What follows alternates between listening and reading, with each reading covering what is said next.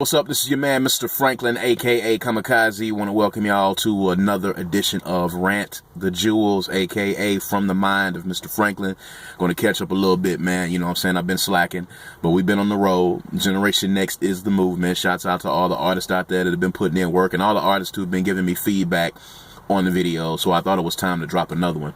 But I want to touch on something real quick that everybody's talking about in the industry, and it's something that's really prevalent these days. And it's the topic of pay to play or pay for play. And everybody knows what that means. Basically, it's a tactic that's used a lot of times by promoters to get artists to pay to open up for big artists on shows, or it's used by, A&Rs to get artists to sign up for showcases in the hopes that, they'll get a record deal. And of course, the classic conundrum of payola, paying to get your records played on the radio, paying to get your videos placed on blogs, paying for articles on you on blogs. Basically the process of, or the practice of, paying to get yourself a good look. Now, honestly, to be honest with you right off the top, it's a tactic that is basically frowned upon by a lot of us in the industry. And I'm going to tell you why that's frowned upon, and I'm going to tell you why you need to be really careful before you do it.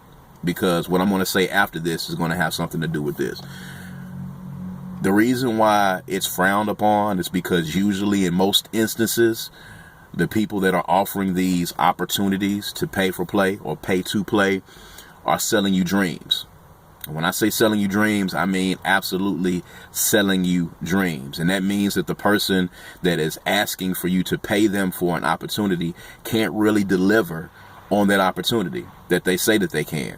They can't deliver on that record deal. They can't deliver on that blog look. They can't deliver on that video placement. They can't deliver on the number of spins for the song that they say that they can deliver on. And most of the times when you're spending money, in a lot of cases, you're wasting it. And a lot of people have done it, and there are a lot of people who spend a lot of their budget on these pay to play or pay for play scams. And it's generally frowned upon. But here's a caveat to that as well. There are some instances in this industry these days that some of these opportunities are worth you being a part of. If you know how to finesse it, and if you know how to work it. And I'll give you a prime example. You talk about core DJs, or you talk about, a lot of these DJ conferences that exist. You talk about a lot of these opportunities that exist for artists to open up for major artists. There is a caveat to that. When you pay money, and not saying that you shouldn't or you should, each of you out there is grown. Each of you out there have the wherewithal to make your own decisions. If you do pay to open up for a bigger artist, or if you do pay to be a part of something like Core DJs, or something like another DJ conference that might come up, or if you pay to be a part of a showcase, or if you pay to be a part of the tour, as is the case with Generation Next, make sure that you're doing what's necessary to get the most out of your money and get the biggest bang for your buck. The reason why a lot of artists get taken fast right off the bat when they spend money is very simple. They think that spending money is a magic pill. They think that spending money is going to allow them to jump several hurdles and get to their goal. And if you think that paying to be a part of something, or paying for an opportunity, entitles you to something, then you're probably not going to get the return on the investment that you wish to get. And a lot of artists, unfortunately, feel that when they pay to get their song placed on a mixtape or on live mixtapes, or they pay to get their song on radio, they're expecting that within 6 weeks they'll have one of the biggest records in the nation, and everybody will know who they are, and they'll be famous. And that's not going to happen. And that's not what you should be spending your money for. When people pay to be a part of these A&R conferences, more than likely, 9 times out of 10, most of them think that when they pay this money, it's supposed to ensure them and guarantee them a look by an A&R, or guarantee them a record deal. Spending money is not a magic bullet. Spending money does not guarantee you anything. Let me explain to you how this works. In the political game, When you have candidates that are running for president, you have candidates that are running to be congressional candidates, whether they be a senator or a representative. You know, these dinners that they have where they charge $1,500 a plate or $500 a plate. That money that you're spending on those plates is not guaranteeing you that you're going to find any favor with these candidates. What you're spending that money for is you're spending that money for the opportunity to get yourself in a room with these candidates and have their ear uninterrupted for a couple of minutes to be able to push your agenda. When you spend $1,500 on that plate, that's all that you are guaranteed at that time. Once you get inside of the room, what you do next is up to you. If you spend $1,500 to perform on a showcase at a panel or at a conference, such as the Core DJs conference, you're not spending $1,500 to get a record deal. You're not spending $1,500 with the guarantee that anybody is going to even pay attention to you.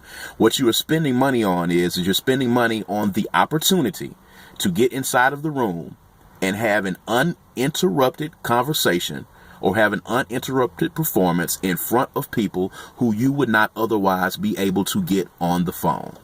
These are people that get calls every day, and chances are you wouldn't be able to get in touch with them under any other circumstances. The $1,500 you pay is paying for an opportunity. It's not paying for a guarantee. You're not paying for a record deal, and you're definitely not paying to become famous. And if that's what you're looking for on that return of that investment, then you're going to be disappointed every time. In the event that you decide that you want to spend $500, $200, and I wouldn't advise spending more than $500. Anything over than that is just ridiculous. But let's say, for instance, a promoter is bringing T.I. to your town or 2 Chainz or whoever the case might be, and he has some opening slots.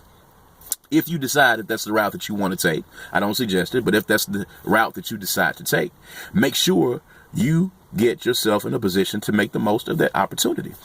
What most artists do when they pay money to open up for big artists, you know what they do?